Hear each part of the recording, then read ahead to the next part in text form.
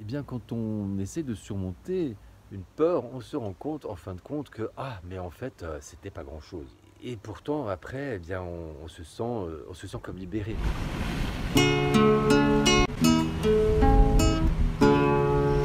Les petits passages.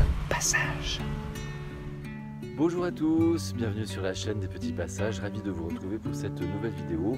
Aujourd'hui, nous allons aborder un sujet qui va revenir souvent et qui est déjà venu pointer le bout de son nez souvent sur la chaîne des petits passages, parce que c'est un peu la clé de voûte. C'est tout ce qui tourne autour de nos peurs, et ce sont les peurs qui nous empêchent d'avancer et d'être vraiment libres. Donc on va voir tout ça dans un instant. La méthode simple pour créer un autre monde, c'est également une conférence que je vous propose au gré de mes déplacements. Toutes les infos sont en description. Pour bénéficier de l'ensemble de mon message, restez bien jusqu'à la fin de la vidéo, et si elle vous aura semblé pertinente, merci de la partager, de la commenter et de vous abonner à la chaîne. Semons des graines ensemble. Passage. Je vous ai plusieurs fois invité à sortir de votre zone de confort, que dans l'univers il n'y avait que deux possibilités, peur ou amour, et qu'en fait qu'est-ce qui nous retient souvent de faire les choses telles qu'on aimerait les faire? Eh bien c'est la peur, les peurs. La peur de déplaire, la peur d'être rejeté, la peur de l'amende, la peur de l'autorité, enfin voilà, et ça se décline à l'infini. Et pourtant, eh bien, vous avez peut-être déjà expérimenté, si ce n'est le cas, je vous invite à le faire, que eh bien, quand on essaie de surmonter une peur, on se rend compte, en fin de compte, que ah, mais en fait, c'était pas grand-chose. Et pourtant, après, eh bien, on se sent comme libéré quand on arrive à le faire. Donc, moi, je vous invite déjà à identifier vos peurs et à les surmonter et à les remplacer par l'amour, avec des petites choses et puis des choses de plus en plus importantes, avec de plus en plus d'enjeux. Je vous invite également à oser dire non.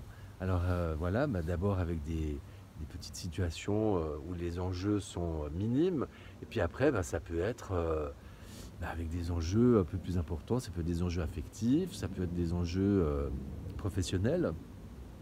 Et vous serez surpris de voir que quand vous dites non, eh bien, les portes ne se ferment pas, bien au contraire. Parce que qu'est-ce qui se passe en fait?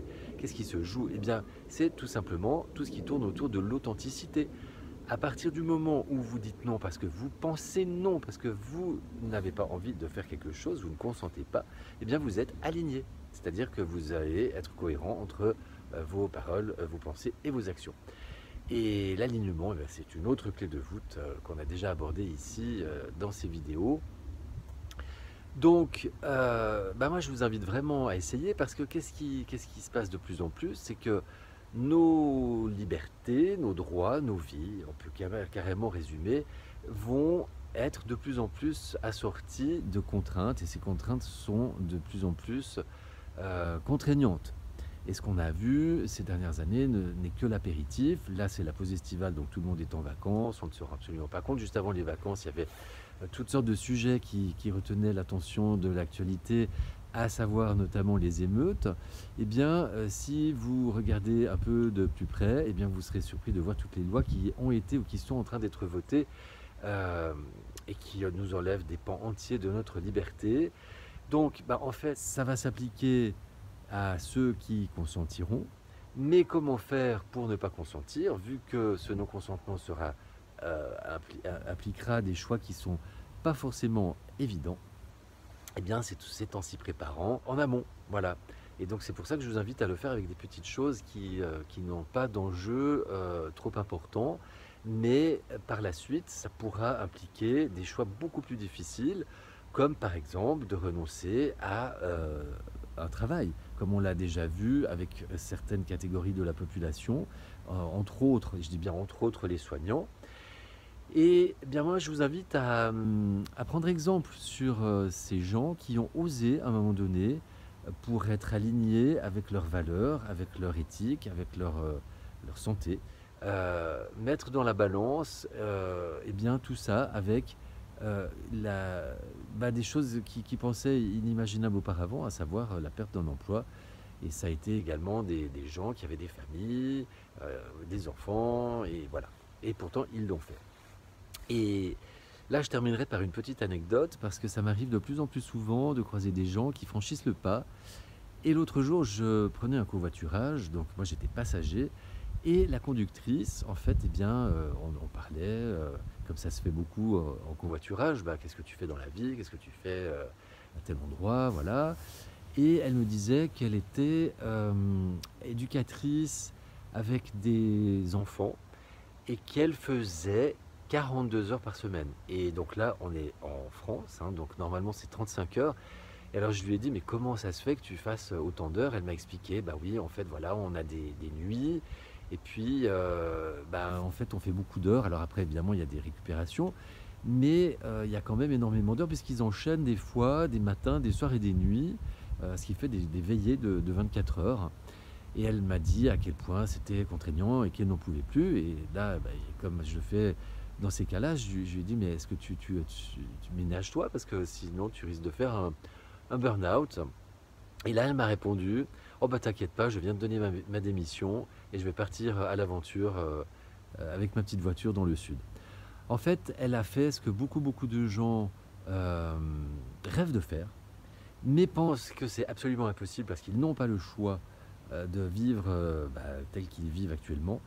Et c'est souvent le burn-out qui permet de franchir le pas. Malheureusement, pour certains, bah, c'est trop tard parce que le burn-out les bousille à vie. Et puis pour d'autres, bah, c'est le burn-out qui les fait toucher le fond et leur permettre de rebondir. Et puis bah, il y a parfois, et c'est mon cas également, on s'arrête avant le burn-out. Et ça nous permet bah, de vivre des choses bien meilleures sans avoir à passer par l'étape assez destructrice du burn-out. Et donc bah, j'avais envie de partager ça avec vous parce que cette jeune fille, bah, en fait, elle était en train de bousiller sa vie et puis elle a relevé la tête de l'eau et elle a compris en fait que bah, la vie c'était pas le travail, c'était pas de se saigner pour un employeur. Voilà. Et donc j'ai trouvé ça très beau, très encourageant et je vois autour de moi de plus en plus de gens qui franchissent le pas. Donc je vous invite à bien réfléchir. Si toi derrière ton écran tu n'es pas satisfait de ta vie et que tu crois que tu n'as pas le choix parce qu'on t'a toujours inculqué que tu n'avais pas le choix d'être dans un certain moule, eh bien réfléchis si en fait tu n'as pas le choix. Réfléchis dans quelle mesure tu pourrais changer des choses dans ta vie et puis de prendre les mesures qui sont nécessaires pour y arriver, te donner les moyens.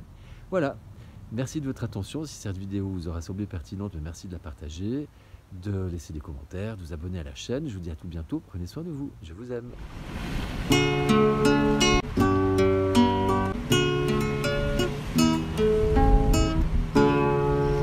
Les petits pas sages.